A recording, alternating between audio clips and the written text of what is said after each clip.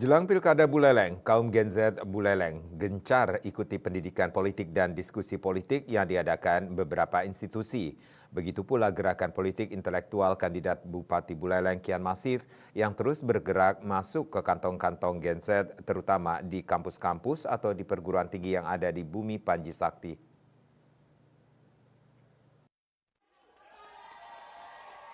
Dalam talkshow pendidikan politik bertajuk Generasi Muda dan Pembangunan Politik di Singaraja menghadirkan narasumber dari akademisi Dr. Iketut Sudarnaya MM serta politisi Partai Pohon Beringin Sugawa Kori. Para pelajar dan mahasiswa dari beberapa sekolah dan kampus ternama di Singaraja tampak memenuhi ruang diskusi.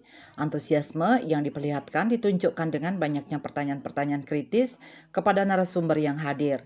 Sugawa Kori menjelaskan diskusi-diskusi politik seperti ini sangat penting untuk terus digelar di berbagai lembaga dan forum termasuk di kampus-kampus. Bukan saja menjelang pilkada ini, pasca pilkada pun diskusi-diskusi di kampus harus tetap dibangun. Direpet-repet bahaya seperti penculikan Bung Karno di Rengas Dengklok sebelum proklamasi itu dilakukan oleh generasi muda. Judulnya penculikan, tetapi untuk apa? Karena generasi tua waktu itu ragu-ragu agar orang tua mau kita harus culik di Rengas Dengklok, dan akhirnya lahirlah proklamasi itu. Beliau dipandang orang yang punya kapasitas kemampuan untuk memimpin. Dibekali pengawal 40 orang, dan saya ceritakan tadi 3.